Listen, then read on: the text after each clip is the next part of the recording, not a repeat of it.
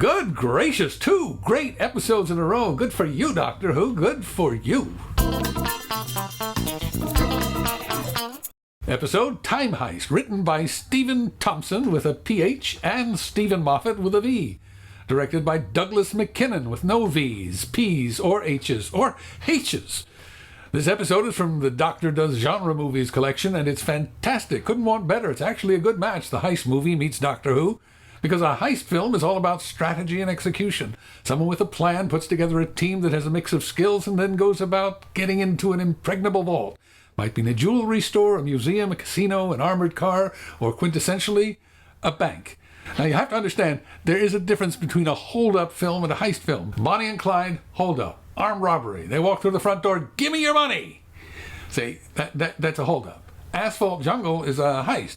They have a plan to get into the vault at night and get away with the loot before anyone notices. Reservoir Dogs, hold-up. Ocean's 11, heist. The Wild Bunch, hold-up. Lavender Hill Mob, heist. Now, a hold-up would never suit the Doctor, but a heist caper, oh yes. Of course, to be worthy of the Doctor, it couldn't just be an ordinary bank. It would have to be the most secure bank in the entire universe. But why would the Doctor want to rob a bank? Well, spoilers. Time Heist follows the genre conventions very well. It's a diverse gang of specialists, check. Impossible obstacles, check. Plot twists, check, check, and check. Tension, check. Danger, check. But this is not just a heist, it's Time Heist. So it's very Doctor Who. Strange, impossible creatures, check. Daunting technology, check. Jokes and references to past episodes and past Doctors, check. The dialogue crackles with good and witty jokes, definitely a step up from the sitcom insult comedy I found so annoying in Robot of Sherwood. Timey-wimey paradoxes, oh yes, and like the best of Doctor Who, it's barely comprehensible on a single viewing, but I think it holds up. As a bonus, we get a tiny snippet of a reminder of one of the ongoing mysteries of the series this year. The woman in the shop who knows the phone number of the TARDIS. What's that? I don't know yet. The best thing about this episode is that for the first time since his regeneration, the Doctor is operating at full power. He's back to being the smartest person in the room, the one who figures things out, the one who takes charge. If the production saved some coin on last week's episode, Listen, I think they spent most of it on this one, Time Heist, filled with effects, strange creatures, props, and a grand CGI bank that's bigger than a train station in a major city. I have to say, at the start of this series, I was a little worried that Doctor Who had been used up, that all the stories had been done, that the show was impossible to write for.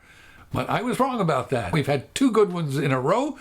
I think maybe the program is back on track. Can't wait till next week and see if it's 3 in a row. Until next time, I'm Mickeleh.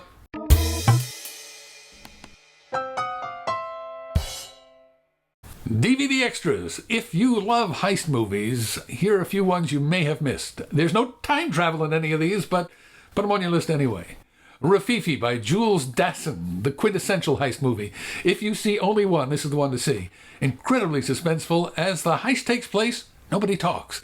There's no music. Little Foley, you can hear some sound effects, but that's it. The Asphalt Jungle by John Huston. Great character actors, tense script. One of the earliest screen appearances of Marilyn Monroe, and Jean Hagen's in it too, 2 years before she played Lena Lamont in Singin' in the Rain. What sets Asphalt Jungle apart from most crime films up to then is it treats the criminals as actual, real people, not just caricatures. Humans, professionals, with families. Stunning black and white cinematography. It's from the height of the film noir era, the use of light and shadow in nearly every shot is something to go to school on. The shooter is Harold Rawson, who got his first cinematography credit in 1915. He went on to shoot The Wizard of Oz, Singin' in the Rain. He shot in nearly every genre, in black and white and in color, over 150 credits. Made his last film in 1966, the Western El Dorado. And one more, Sexy Beast, directed by Jonathan Glazer, Ray Winston, Ben Kingsley, Ian McShane. Very stylish, very British, very brutal, very funny. Ben Kingsley's character is just one of the greatest larger-than-life characters ever imagined and put on film. So that's 3 of my favorite heist films. There are dozens and dozens of others in the genre, but that'll get you started.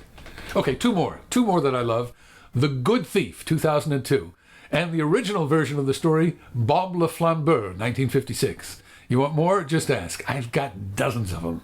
Here is what I said about last week's episode, Listen. And here is what Barry Aldridge said about this week's episode. Bye now.